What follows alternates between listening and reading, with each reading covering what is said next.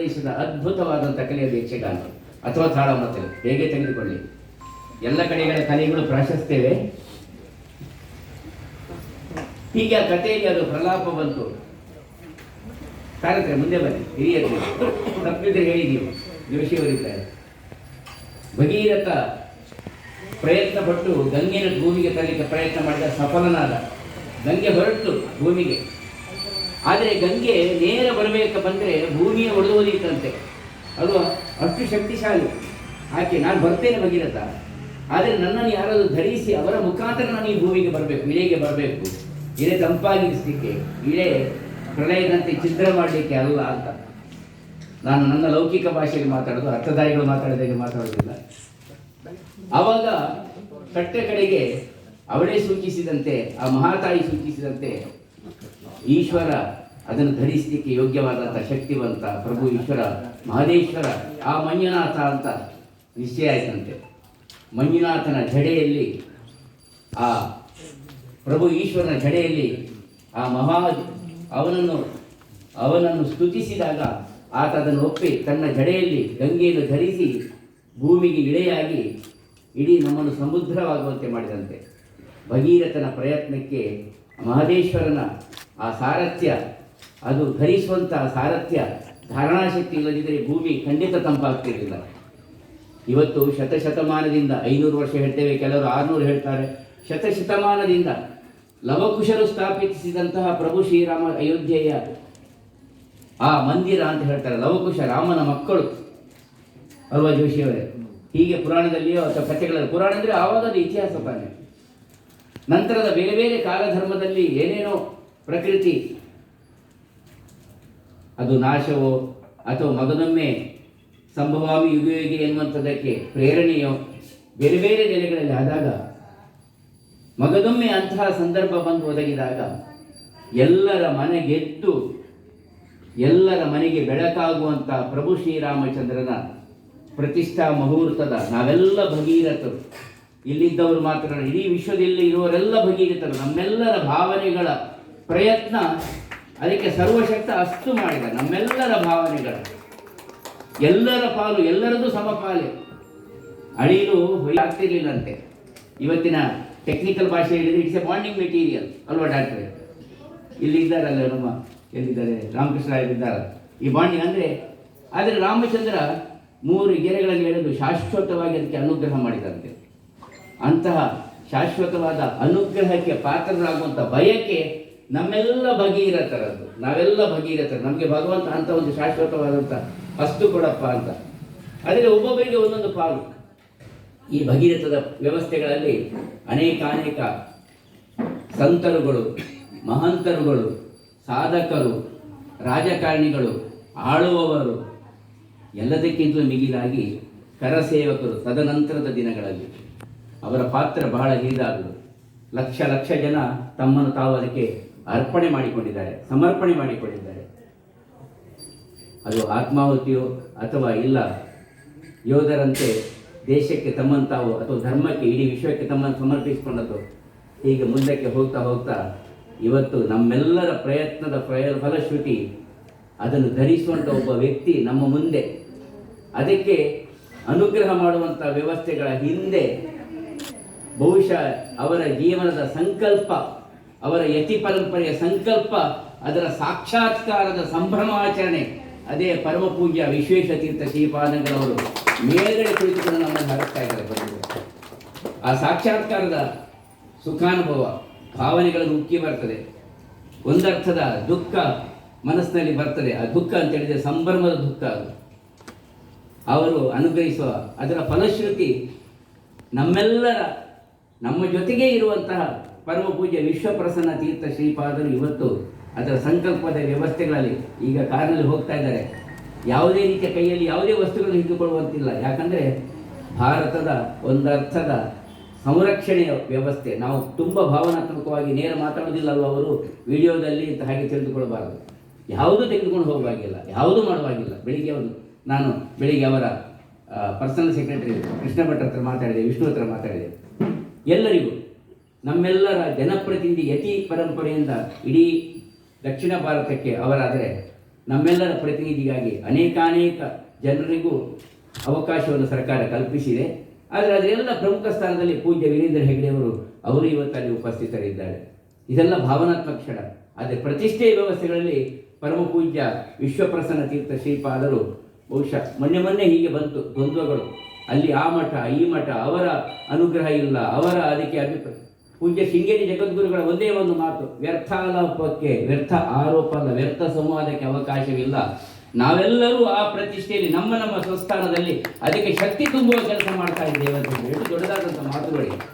ಇದಕ್ಕೆ ಭಾರತೀಯ ಒಂದು ಸನಾತನ ಪರಂಪರೆ ಅಂತ ಹೇಳುವಂಥದ್ದು. ಎಲ್ಲರ ಸಮಪಾಲು. ಬಹುಶಃ ಇವತ್ತು ಅನೇಕ ಚರ್ಚುಗಳಲ್ಲೂ ಇದರ ಬಗ್ಗೆ ಪ್ರಾರ್ಥನೆ ಆಗ್ತಾ ಇದೆ, ಮಸೀದಿಗಳಲ್ಲೂ ಆಗ್ತಾ ಇದೆ, ಗುರುದ್ವಾರಗಳಲ್ಲೂ ಆಗ್ತಾ ಇದೆ, ರಾಮ ಮಂದಿರ ಭಜನಾ ಮಂದಿರದಲ್ಲೂ ಆಗ್ತದೆ, ರಾಮಾಂಜನೇಯ ಕ್ಷೇತ್ರದಲ್ಲೂ ಆಗ್ತದೆ, ಕೃಷ್ಣನ ಕ್ಷೇತ್ರದಲ್ಲೂ ಆಗ್ತದೆ, ಕೇದಾರದಲ್ಲೂ ಆಗ್ತದೆ, ಬದ್ರಿಯಲ್ಲೂ ಆಗ್ತದೆ, ರಾಮೇಶ್ವರದಲ್ಲೂ ಆಗ್ತದೆ, ಶ್ರೀಲಂಕಾದಲ್ಲೂ ಆಗ್ತದೆ. ಬಹುಶಃ ರಾವಣನ ದೇವಸ್ಥಾನ ಎಲ್ಲಿಯೋ ಉಂಟಂತೆ, ಅಲ್ಲಿಯೂ ಆಗ್ತಾ ಇದೆ ಅಂತ ಯಾರೋ ಮೊನ್ನೆ ಅಭಿಪ್ರಾಯ ಕೊಟ್ಟರು. ಇದೆಲ್ಲದರ ಫಲಶ್ರುತಿಯ ಸಂಭ್ರಮಾಚರಣೆ ನಾವು ನೀವೆಲ್ಲ ಇವತ್ತು ಸಂಪನ್ನಗೊಂಡಿದ್ದೇವೆ. ಇದೆಲ್ಲ ಅರ್ಪಣೆ ಆ ಪರಮಪೂಜ್ಯ ಗುರುಗಳಿಗೆ, ಅವರ ಸಂಕಲ್ಪದ ಸಾಕ್ಷಾತ್ಕಾರ. ಆ ಭಗೀರಥದ ವ್ಯವಸ್ಥೆ ಹೇಳಿದಲ್ಲ, ಭಗೀರಥ ಈಶ್ವರ ಧರಿಸಿ ಗಂಗೆಯನ್ನು ನಮಗೆ ನೀಡಿದಂತೆ ಇವತ್ತು ನಮ್ಮೆಲ್ಲರ ಜನಪ್ರತಿನಿಧಿಯಾದಂಥ ಇಡೀ ವಿಶ್ವವೇ ಮಾನ್ಯ ಮಾಡುವಂಥ ಬಹುಶಃ ಪ್ರಧಾನಮಂತ್ರಿ ನರೇಂದ್ರ ಮೋದಿಯವರು ಈ ಎಲ್ಲ ಚಿಂತನೆಗಳನ್ನು ತಾನು ಧರಿಸಿ ಇಳೆಗೆ ಕೊಡ್ತಾ ಇದ್ದಾರಲ್ಲ, ವೃತಧಾರಿಗಳಾಗಿ. ನಿನ್ನೆ ಬೀಜಾರ್ ಶ್ರೀಗತ್ರ ಮಾತಾಡುವಾಗ ಹೇಳ್ತಾ ಇದ್ರು, ನಮ್ಮತ್ರ ಜಾಸ್ತಿ ಹಾಕೋದು ವೃತಂಟು ಒಳ್ಳೆಯದು ಅಂತ. ನಾವೆಂಥ ಭಾವನಾತ್ಮಕ ಕ್ಷಣ. ಇಡೀ ವಿಶ್ವ ಸಂಭ್ರಮ ಪಡ್ತಾ ಇದೆ. ಬೆಳಕು ಜಗತ್ತಿಗೆ ಬೆಳಕಾಗಬೇಕು, ನಾವು ಹಚ್ಚುವ ಬೆಳಕದು ಬೆಂಕಿ ಆಗಬಾರ್ದಿರುವಂಥ ಸದಾಶಯ. ಹೆಚ್ಚು ನಾನು ಮಾತನ್ನು ಉಲ್ಲೇಖಿಸದೆ, ಬೋಲೋ ಪ್ರಭು ಶ್ರೀರಾಮಚಂದ್ರ ಕೀ. ಸಣ್ಣ ಮಟ್ಟಿನ ಪ್ರಯತ್ನ ಪೂಜ್ಯ ವಿಶ್ವೇಶತೀರ್ಥ ಶ್ರೀಪಾದಗಳು ನಮ್ಮ ಸೌಭಾಗ್ಯ. ಈ ಮಂಜುನಾಥನ ಕ್ಷೇತ್ರದಿಂದ ಇದು ಮಂಜು ಪ್ರಸಾದ, ಇದು ನನ್ನದು ಮನೆ ಅಂತ ಹೇಳುವಂಥದ್ದು ನಿಮಿತ್ತ. ಭಗವಂತ ಅಲ್ಲಿ ಇರುವುದು ನಮ್ಮ ಮನೆ, ಇಲ್ಲಿರುವುದು ಸುಮ್ಮನೆ ಅಂತ ದಾಸರೇ ಹೇಳಿದ್ದಾರೆ. ಸುಮ್ಮನೆ ಇದ್ದೇವೆ ನಾವು ಪತ್ನಿ ಸಮೇತರಾಗಿ. ಅವಳು ಸ್ವಲ್ಪ ಸುಮ್ಮನೆ ನನಗೆ ಶಕ್ತಿ ಕೊಡ್ತಾ ಇದ್ದಾಳೆ, ಅವಳಿಗೂ ಗೊತ್ತಿಲ್ಲ ನಾನು ಏನು ಮಾಡ್ತಾ ಇದ್ದೇನೆ ಅಂತ. ಹಾಗಾಗಿ ಈ ಎಲ್ಲ ನನ್ನ ಮಗ ಲಕ್ಷ್ಮೀನಾರಾಯಣ ಒಂದು ಶಾಲೆ ಹಾಕಿದೆ, ವಿದ್ಯಾಶ್ರೀ ಸ್ವಲ್ಪ ತಪ್ಪಿಸಿಕೊಳ್ತಾ ಇರ್ತಾನೆ. ಹೀಗೆ ಇದೆಲ್ಲದರ ಒಂದು ನಾನು ಬಹಳ ಭಾಗ್ಯವಂತ. ಅಂದರೆ ನಾನೇನು ದೊಡ್ಡ ವೈದಿಕ ಅಥವಾ ದೊಡ್ಡ ಧಾರ್ಮಿಕ ವ್ಯಕ್ತಿ ಅಲ್ಲ, ನಾನು ವಿಜ್ಞಾನದ ವಿದ್ಯಾರ್ಥಿ. ಕನ್ನಡವನ್ನೇ ಓದಿದವ ಪರಿಷತ್ತಿನ ಅಧ್ಯಕ್ಷನಾದೆ. ಧಾರ್ಮಿಕ ಆಚರಣೆಗಳು ಅಥವಾ ಧಾರ್ಮಿಕ ಮಂತ್ರಗಳನ್ನು ಕಲಿಯದೆ ಪರಮ ಪೂಜ್ಯ ವಿಶ್ವೇಶತೀರ್ಥ ಶ್ರೀಪಾದಗಳನ್ನು ಬಂದು ನೆಲೆಸುವಂಥ ಗೃಹ ನಿರ್ಮಾಣ ಭಗವಂತ ನನ್ನ ಕೈಯಿಂದ ಮಾಡಿಸಿದ ಅಂತ ಹೇಳಿದರೆ ಇದು ನನ್ನ ಭಾಗ್ಯ. ಈ ಮನೆಯಿಂದಲೇ ಅವರು ಎಲ್ಲ ಕಾರ್ಯಕ್ರಮ, ಅಯೋಧ್ಯೆಯ ಆ ಶಿಲಾನ್ಯಾಸದ ಸಂದರ್ಭಕ್ಕೂ ತೆರಳಿದ್ದಿರ್ಬೋದು, ಅದರ ವಿಶ್ವಸ್ತ ಮಂಡಳಿಯ ಸಭೆಗೆ ತೆರಳಿದ್ದಿರ್ಬೋದು. ಇದರಿಂದ ನೇರ ಅವರು ಅದೇ ಸ್ಥಳದಿಂದ ಅವರು ನಿರ್ಗಮಿಸಿದ್ದು. ಅದೇ ಸ್ಥಳದಿಂದ ಅವರು ಹೆಲಿಕಾಪ್ಟರ್ ಮುಖಾಂತರ ಮೋದಿಯವರಿಗೆ ವಿಶೇಷ ಹೆಲಿಕಾಪ್ಟರ್ ವ್ಯವಸ್ಥೆ ಮಾಡಿದರು. ತದನಂತರ ಅದರ ಮೊದಲು ಪ್ರಧಾನಮಂತ್ರಿ ಮೋದಿಯವರ ಇದಕ್ಕೆ ಓತ್ ಟೇಕಿಂಗ್ ಅಂದರೆ ಅದರ ಅಧಿಕಾರ ಸ್ವೀಕಾರದ ಕಾರ್ಯಕ್ರಮಕ್ಕೆ ಅವರಿಗೆ ತೆರಳಿದ್ದು.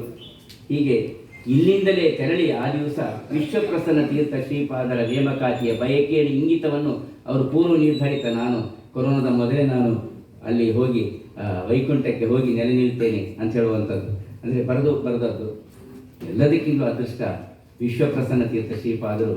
ಇದೆಲ್ಲ ಮಂಜುನಾಥನ ಒಂದು ಇಚ್ಛೆ ಕಾಣ್ತದೆ.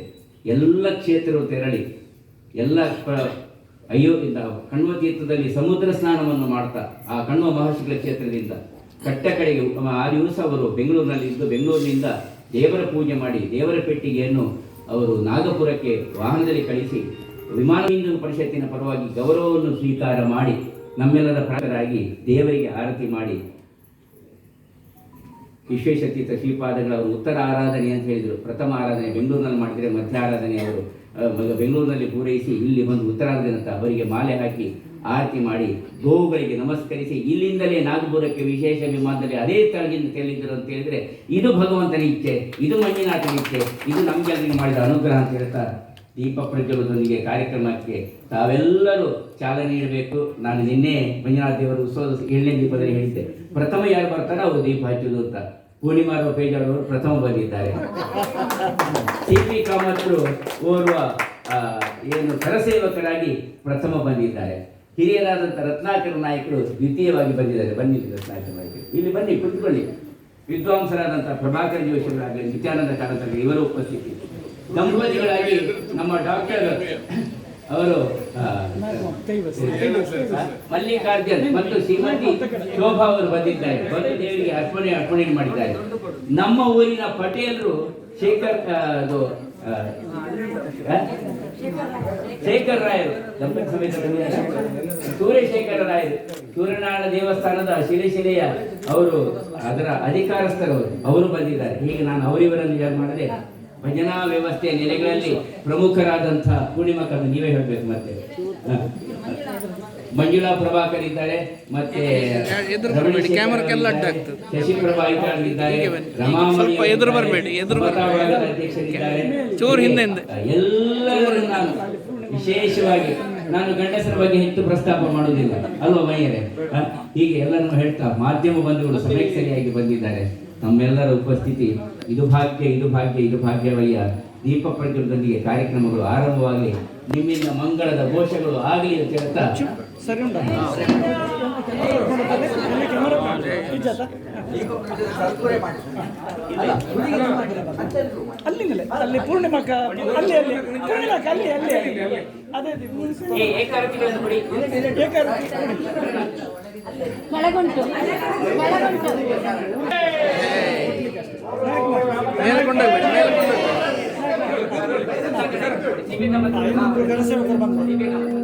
ಇನ್ನಿಬ್ಬರು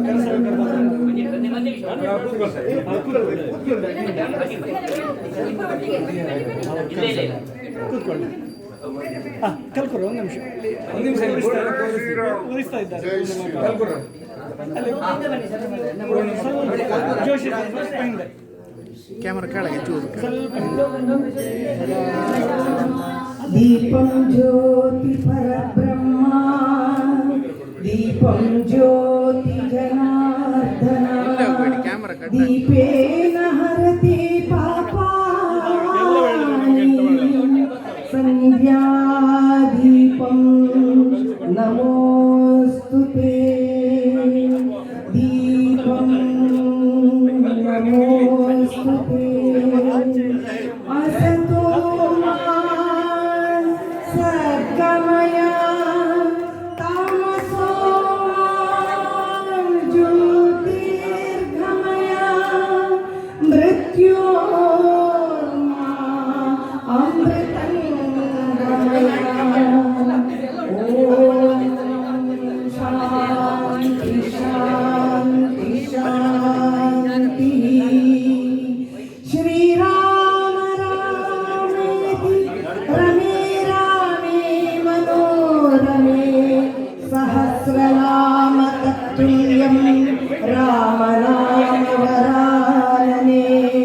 ಶ್ರೀರಾಮ ರಾಮೇತಿ ರಮೇ ರಾಮೇ ಮನೋರಮೇ ಸಹಸ್ರನಾಮ ತತ್ತುಲ್ಯಂ ರಾಮನಾಮ ವರಾನನೆ. ಶ್ರೀರಾಮ ರಾಮೇತಿ ರಮೇ ರಾಮೇ ಮನೋರಮೇ ಸಹಸ್ರನಾಮ ತತ್ತುಲ್ಯಂ ಶ್ರೀರಾಮ ನಾಮ ವರಾನನೆ. ಶ್ರೀರಾಮ ರಾಮೇತಿ ರಮೇ ರಾಮೇ ಮನೋರಮೇ ಸಹಸ್ರನಾಮ ತತ್ತುಲ್ಯಂ ರಾಮ ನಾಮ ವರಾನನೆ. ಶ್ರೀರಾಮ ರಾಮೇತಿ ರಮೇ ರಾಮೇ ಮನೋರಮೇ ಸಹಸ್ರನಾಮ ರಾಮ ನಾಮ ವರಾನನೆ.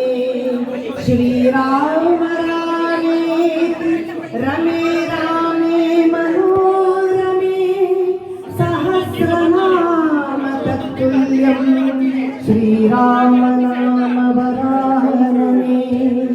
ಶ್ರೀರಾಮ ರಾಮ ವರಾನನೆ. ಶ್ರೀರಾಮ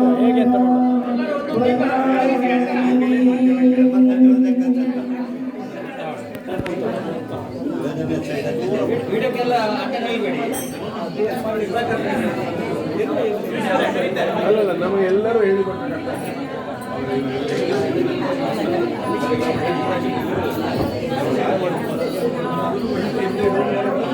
राम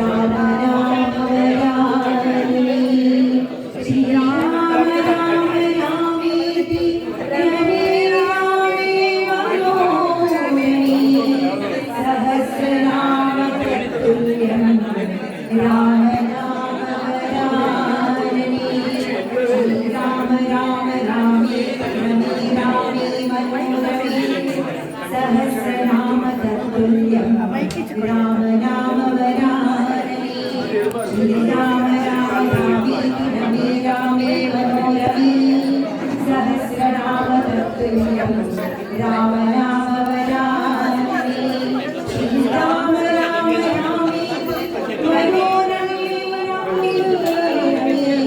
सहस्रनाम तत्तुल्यं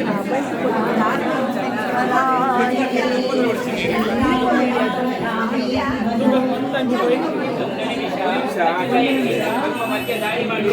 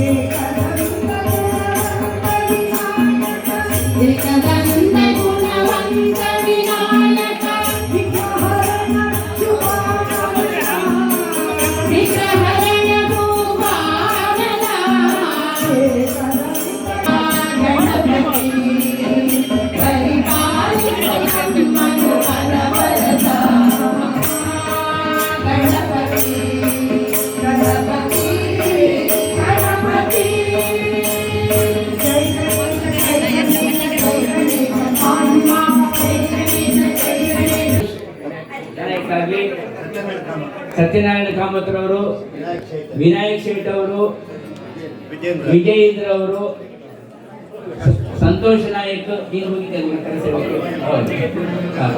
ರತ್ನಾಕರ್ ನಾಯಕರು, ಹಿರಿಯರು, ಇವರೆಲ್ಲರ ಉಪಸ್ಥಿತಿ ಅವರಿಗೊಂದು ಶಾಲಾ ಹಾಕಿ ಗೌರವಾರ್ಪಣೆಯೊಂದಿಗೆ ರಾಷ್ಟ್ರೀಯ ಸ್ವಯಂ ಸೇವಕ ಸಂಘದ ನಮ್ಮ ದಕ್ಷಿಣ ಪ್ರಾಂತ್ಯದ